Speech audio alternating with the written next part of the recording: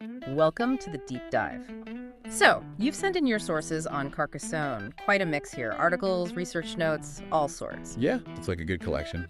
And our mission, as always, is to dive in, pull out the most interesting, the really key bits for you. Exactly. Cut through the noise. We want to give you a clear, engaging picture of this amazing place. Doesn't matter if you're starting from scratch or already know a bit. Think of it as, well, your curated guide. We're exploring its history, how it became so significant, how it turned into the landmark you see today, based purely on these texts you sent. Okay, let's get into it then. The first thing that just jumps out is the sheer age of the place. We're talking people living there way back in the Neolithic, 3500 BC, roughly. It's incredible, isn't it? Huh? Thousands of years of history on one spot. Makes you wonder what it was like back then. It really does. And that long history, it's very much tied to its location. You've got the Plain of the Odd there. Right, a natural corridor. Exactly. It sits right between these major historic trade routes. You know, Atlantic to the Med, Mastis Central, down to the Pyrenees. So it wasn't just a place to live, it was a crossroads, strategic from the get-go. Absolutely. Prime real estate, strategically speaking. And that's why, well, the Romans noticed it pretty early on. Stands to reason. Control the routes, control the trade, the movement. Precisely. Roman occupation always meant infrastructure, integrating it into their network. It laid down a foundation, really. A foundation that others built on, it seems. Because next, the sources mention the Visigoths in the 5th century? Yes, they established their kingdom, and Carcassonne became a key city within it. They built on that Roman base. So power shifts, but the location's importance, that stays constant. It's a recurring theme, definitely. Now, thinking about Carcassonne today, most people picture the cité, right? That huge fortress. Oh, for sure, the iconic image. The text calls it a medieval fortress, but mentions Gallo-Roman origins, so layers again. Layers upon layers. And what's fascinating is you can still sort of see those layers. Yeah. But we also have to talk about the restoration. Ah, yes, Eugène Viollet-le-Duc, mid-19th century. His work is, well, it's hugely significant, maybe a bit controversial for some, but it's largely responsible for the cité we see today. It must have made an impact, though, getting UNESCO World Heritage status in '97. Absolutely. That status recognized its exceptional preservation. The way it shows a medieval citadel built on even older foundations. It's quite something. It makes you think about how we decide what history looks like, how we preserve it. It does. And, you know, while it is a historical gem, the text points out Carcassonne is still a living place. Tourism is big, obviously, but there's manufacturing, winemaking, too. Right, not just a museum piece, it's got a modern pulse. Exactly. Okay, let's rewind a bit further back. Before Carcassonne, there was Carsac. Celtic name, the sources say. Yes, Carsac. That seems to be the earliest settlement name we have for that hillside. Yeah. By the 6th century BC, it was already an important trading spot. Taking advantage of that location again. You got it. And then later, another Celtic group, the Volcae Tectosages, they fortified it, turned it into what's called an oppidum. A fortified town, basically. Right, and that really cemented the name Carsac. They were making a statement about its importance. Now, I saw a mention of a story. Lady Carcass. Something about bells ringing. Carcassonne. Sounds like a folktale. It really does. It's a great story. But the text clarifies it's actually a much more modern invention. Fun, but not the real origin of the name. Ah, shame. So the actual linguistic origin is less dramatic. Probably, yeah. The thinking is Carcassonne is likely just an augmentative of carcass. You know, adding something like on to imply greater carcass or the significant place of carcass. Makes sense. Less exciting than ringing bells, maybe, but more linguistically plausible. Often the way, isn't it? Okay, back to the Romans. They didn't just notice it, they properly fortified the hilltop around 100 BC. What did that involve? More than just walls. Oh, yeah. Romanizing it meant proper infrastructure, administration. Right. It became the colonia of Julia Carsaco, later evolving to Carcasso, then Carcassonne. Carcassonne. That slight shift in sound. Yeah, it's called the metathesis, just, you know, consonants swapping places over time. Happens a lot in language, Yeah. like asking for ax instead of ask sort of thing. Right, I see. And you can still see Roman work in the rampart. You can, the lower parts of the northern ramparts, those distinct layers. It's like the stones are talking to you. Amazing. But Roman power faded. And then 462 AD, Septimania, including Carcassonne, is officially given to the Visigoths. Yes, to King Theodoric II. Yeah. He basically controlled it since 453 AD anyway, So it was more formalizing the reality on the ground as the Western Roman Empire weakened. Got it. So not a sudden conquest. And Theodoric, he fortified it even more. He did. It was a key frontier post for his kingdom, so he strengthened the defenses. And it's thought he even started the first version of the Basilica of St. Nazaire. Adding a religious dimension, too. And they had to defend it, right? Yeah. Against Clovis I, the Frankish king, in 508 AD. They did. Successfully defended it. Shows how strong those fortifications already were, even back then. It was a prize. But Visigothic rule didn't last forever. The texts mention Arab and Berber forces arriving in 719 AD. Yes, a major shift. They invaded Septimania. The Visigothic kingdom fell by 720 AD. Carcassonne came under Muslim rule for a time. How long did that last? About 40 years, according to the sources, until the Franks, under Pepin the Short, pushed south. They took Narbonne in 759. And that forced the Muslim forces to retreat. Eventually, yes, back towards Andalusia. It reestablished Frankish Christian control over the region. And after that, we see the rise of local counts, the county of Carcassonne. Exactly. Power became more localized. The lineage might trace back to Visigoths, but the first count we really know is Bello, around Charlemagne's time. He founded a dynasty, the Bellanids. That's right, they held power for a good while, until 1067 when Carcassonne passed to the Tronqueville family. How did that happen? Through marriage, linking with Raymond Bernard Tronqueville. And the Tronquevelles, they were significant players. What did they do? Well, they were smart about alliances, playing Barcelona and Toulouse off each other sometimes.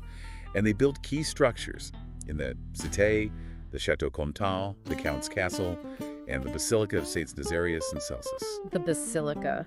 Pope Urban II blessed the foundation stones in 1096. That's a big deal. Huge deal.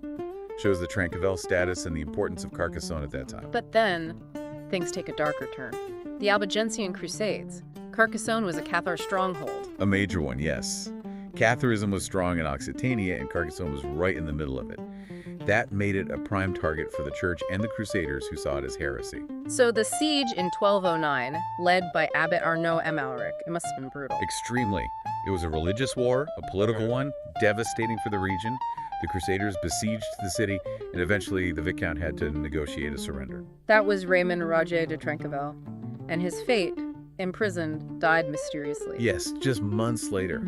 It suggests the Crusaders were ruthless. His death removed a local leader, and, well, the sources say the people of Carcassonne were expelled from the city. Expelled? The whole population? Seems so. It was a complete upheaval. And Simon de Montfort, one of the Crusade leaders, was made the new Viscount. And he, in turn, added more fortifications. He did, securing his hold on this very strategic and now conquered city, every ruler adding their layer of stone. Did the Tronquevilles ever try to get it back? Raymond Roger's son did, yes. He led a siege in 1240, tried to reclaim his inheritance, but it failed. And after that? The city submitted fully to the King of France in 1247. It became part of the French royal domain. Which changed its role again, didn't it, after the Treaty of Corbeil in 1258? Right. It became a crucial border fortress between France and the Crown of Aragon to the south. So even more strategic importance, but in a different way. Exactly. And this led to more building. King Louis IX founded the lower town, the Ville Basse, across the river, gave people somewhere to live outside the cramped cité. And he and his successor, Philip III, built the outer ramparts. That's right, creating that famous double wall system. Made it look, and probably feel, impregnable at the time. Impregnable, until the 100 Years' War. Edward the Black Prince. Well, he didn't actually take the cité in 1355. The fortress itself held. But his troops did burn the lower town, the Ville Basse. So the fortress held, but the town suffered. Shows the limits of even great defenses. It does. No fortress exists in isolation. Let's talk about that design. 2 outer walls, 53 towers, barbicans. Sounds incredibly complex. It was. The concentric design meant attackers had to breach multiple layers of defense, each overlooked by towers. Barbicans controlled the approaches. It was designed to make any assault incredibly difficult. And the castle inside, the Chateau Comtal, was the final fallback. Drawbridge, ditch. Exactly. The keep was the heart of the defense. And as you walk around, you can see the different building periods in the walls themselves. Like the Roman bits with the brick and tile versus the later medieval stonework. Precisely. It's a textbook of fortification history right there. And you also find specific towers with their own history, like the Inquisition Tower. Right. A reminder, it wasn't just military. It housed the Catholic Inquisition in the 13th century. A darker chapter for sure. Okay, jumping forward again. 19th century, it gets demilitarized. Yeah. Under Napoleon. Yes, and During the restoration that followed, its strategic value just wasn't the same anymore with changing borders and warfare. And that led to neglect. Sadly, yes. It fell into serious disrepair. So much so that in 1849, the French government actually decreed it should be demolished. Demolished. Seriously. Can you believe it? Seems unthinkable now. Who stopped it? There must have been an outcry. There was. People like Jean-Pierre Croix-Merveille and Prosper Mérimée, who was Inspector General of Historical Monuments, campaigned fiercely to save it. What was their argument? Its historical significance, its unique architecture. Basically, that it was a national treasure that couldn't be lost. And they succeeded. Which brings us back to Viollet-le-Duc. He got the job to restore it in 1853. He did. He'd already been working on the basilica, so he knew the site. And his restoration was, well, massive. Walls, towers, the Narbonne Gate, and the roofs, famously. Yes, he put a lot of focus on restoring the roofs. He cleared out structures that had been built up against the walls over the centuries. He took incredibly detailed notes, made drawings. A very thorough job. Meticulous. And his students carried on after he died in 1879. But, as we mentioned, his work wasn't without critics. The roofs, right. Using slate instead of terracotta tiles. And the pointed cones on the towers. Exactly. Critics argued those features were more typical of northern France, not historically accurate for Carcassonne in the south. They felt he was imposing his idea of the medieval rather than sticking strictly to evidence. It's that classic restoration debate, isn't it? Preserve versus interpret. It really is. Viollet-le-Duc definitely had a strong vision, and the cité we see reflects that 19th century interpretation of the medieval past. It's part of his story now. And finally, just quickly, the lower town, the Ville Basse, founded by people expelled from the cité. Yes, after the Albigensian Crusade, a rather poignant origin. It grew to become the main economic center. The commercial heart of Carcassonne. Right. It had walls once, but they're mostly gone. And the main Carcassonne Cathedral is actually down there now, not in the cité. Interesting shift. So, wrapping this up, Carcassonne's story is just immense.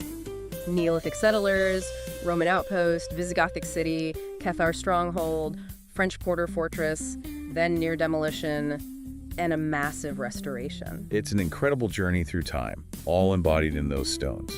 A remarkably preserved fortress showing centuries of conflict, building, and rebuilding. It really makes you think. When you look at Carcassonne today, this UNESCO site that draws so many people, how much are we seeing true history? And how much is a carefully constructed, maybe even romanticized version from the 19th century? Does its survival tell us more about the past itself, or about our ongoing need to connect with and perhaps shape that past? That's a great question to ponder. And certainly if any part of this story, the Cathars, the sieges, Viollet-le-Duc's methods, caught your interest, there's always more to discover about Carcassonne. Thanks for joining us for this deep dive.